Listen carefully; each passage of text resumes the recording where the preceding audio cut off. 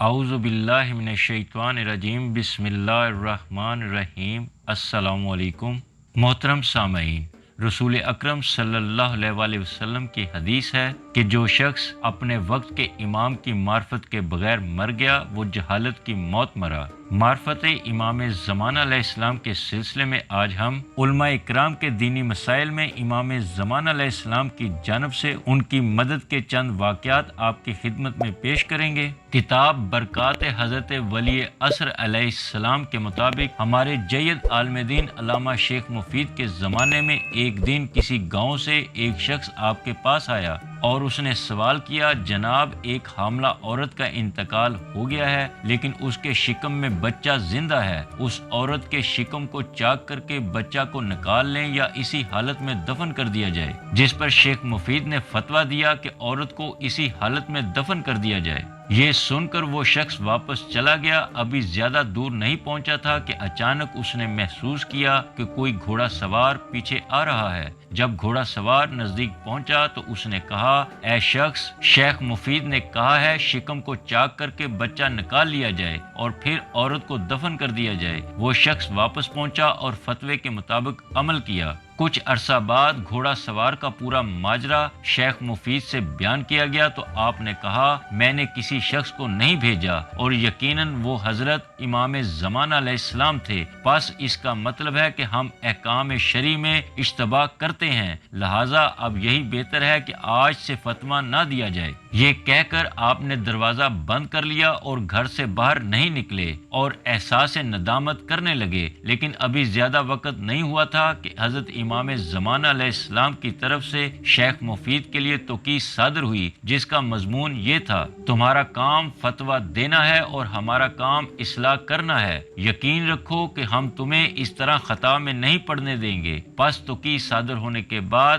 آپ نے دوبارہ فتویٰ دینا شروع کر دیا۔ اسی طرح کتاب بلبل بوستان حضرت مہدی علیہ السلام کے مطابق جناب علامہ میر بیان کرتے ہیں، ایک بار میں آخر شب حضرت امیر المومنین علی ابن ابی طالب علیہ السلام کے حرم مطہر کی طرف روانہ ہوا۔ ہر طرف اندھیرا چھایا ہوا تھا اور راستے میں نے محسوس کیا کہ جیسے کوئی شخص جا رہا ہے۔ میں چند قدم تیز چلا تاکہ دیکھوں کہ کون شخص ہے۔ چلتے چلتے جب میرے اور ان کے درمیان زیادہ فاصلہ نہیں رہا تو میں نے محسوس کیا کہ یہ جناب اردبیلی ہیں۔ پس میں فوراً رک گیا اور آہستہ آہستہ ان کے پیچھے چلنے لگا اور سوچنے لگا کہ یہ آخر شب کے گھٹا ٹوپ اندھیرے میں کہاں جا رہے ہیں۔ وہ آگے چل رہے تھے اور میں کچھ فاصلے سے ان کے پیچھے پیچھے چل رہا تھا، یہاں تک کہ وہ حرم مطہر کے دروازے پر پہنچے، تاہم دروازہ بند تھا، لہٰذا وہ دروازے پر کھڑے ہو گئے۔ انہیں دیکھ کر میں بھی ان سے کچھ فاصلے پر کھڑا ہو گیا اور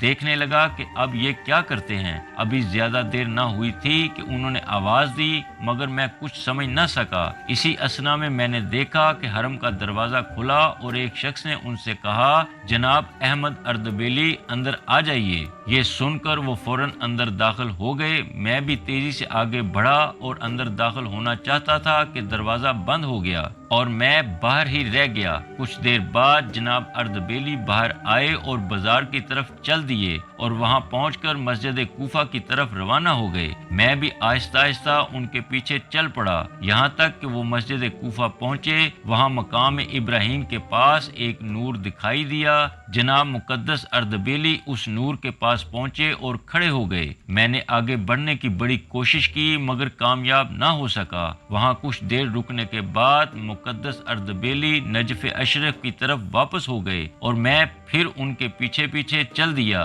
جب ہم مسجد حنانہ کے نزدیک پہنچے تو مجھے چھینک آئی۔ جناب مقدس اردبیلی نے فوراً پیچھے مڑ کر کہا، کون ہے؟ میں نے کہا، جناب میں ہوں۔ کہا، میر تم ہو؟ میں نے عرض کیا، جی ہاں۔ کہا، کہاں تھے؟ میں نے کہا، جناب میں نجف اشرف سے آپ کے پیچھے پیچھے ہوں۔ جب آپ حرم میں داخل ہوئے تو میں بھی چاہتا تھا کہ آپ کے ساتھ داخل ہو جاؤں، مگر میں دروازہ پر پہنچا ہی تھا کہ دروازہ بند کر دیا گیا۔ پس میں وہیں چھپ کر کھڑا ہو گیا اور آپ کے نکلنے کا انتظار کرنے لگا، اور آپ جو یہ 11 کلومیٹر کا راستہ طے کر کے مسجد کوفہ آئے ہیں، میں بھی اس سفر میں آپ کے ساتھ تھا۔ مسجد کوفہ میں آپ اس نور کے نزدیک کھڑے ہو گئے آپ کو دیکھ کر میں بھی کچھ دور فاصلے پر ایک کنارے کھڑا ہو کر آپ کو دیکھنے لگا۔ اس کے بعد آپ وہاں سے چلے، پس میں بھی آپ کے پیچھے پیچھے چل دیا، اور اب یہاں آ کر مجھے چھینک آ گئی۔ حضور خدا کا واسطہ یہ ماجرا کیا ہے؟ میرے لیے وضاحت فرمائیں۔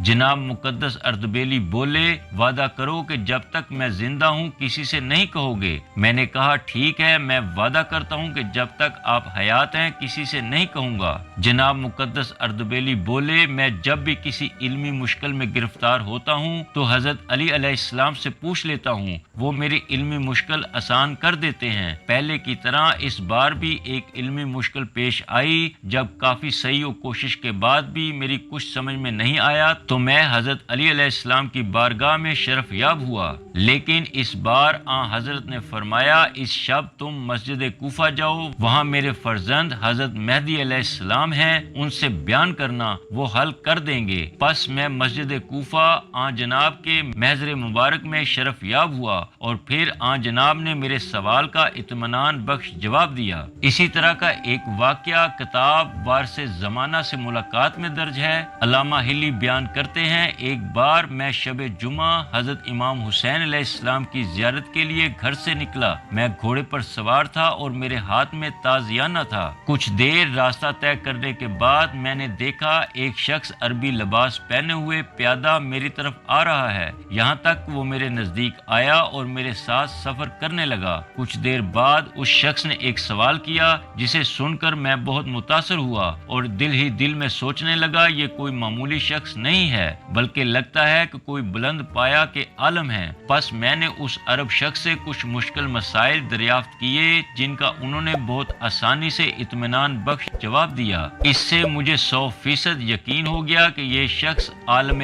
وقت ہیں، کیونکہ میں نے اس سے پہلے کسی کو اپنے مثل بھی نہیں پایا، جبکہ یہ مجھ سے کہیں زیادہ برتر ہیں۔ سوال و جواب کے دوران میں ان کی گفتگو سے کافی حیرت زدہ اور متاثر و مرعوب ہو گیا۔ اسی دوران ایک سوال درمیان میں آیا جس کے جواب میں اس عرب مرد نے میرے نظریہ کے برخلاف فتویٰ دیا۔ میں نے کہا میں آپ کے اس فتوے کو قبول نہیں کروں گا، کیونکہ یہ فتویٰ اصل و قاعدہ کے خلاف ہے اور اس کے صحیح و جواز پر کوئی حدیث اور روایت نہیں ہے جس کو دلیل و سند قرار دیا جائے۔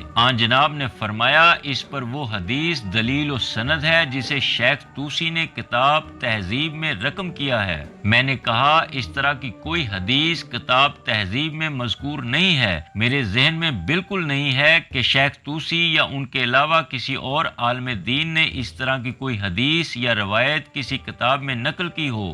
جناب نے فرمایا کتاب تہذیب کا جو نسخہ تمہارے پاس ہے اس کے شروع سے اتنے صفحہ شمار کرنے کے بعد دیکھنا فلاں صفحہ میں فلاں سطر پر یہ حدیث منقول ہے۔ یہ سن کر میں اور زیادہ متاثر و مرعوب ہو گیا اور دل ہی دل میں کہنے لگا شاید یہ شخص جو میرے ساتھ سفر کر رہا ہے میرے مولا و آقا حضرت امام زمانہ علیہ السلام ہیں۔ لہذا حقیقت معلوم کرنے کے لیے میں نے پوچھا کیا امام زمانہ سے ملاقات کرنا ممکن ہے؟ یہ سن کر وہ عرب جھکے اور تازیانہ اٹھا کر مجھے دیتے ہوئے جواب فرمایا کیوں نہیں، اس وقت ان کا ہاتھ تمہارے ہاتھ میں ہے۔ پس یہ سن کر میں نے فوراً ہی خود کو پشتے گھوڑا سے جناب کے قدموں میں گرا دیا تاکہ قدم مبارک کا بوسہ دوں، مگر بے انتہا شوق و خوشی سے بے ہوش ہو گیا۔ جس وقت ہوش آیا تو میں نے دیکھا کہ وہاں کوئی نہیں ہے، جس کے بعد مجھے مولا و آقا کی جدائی کا بہت افسوس ہوا۔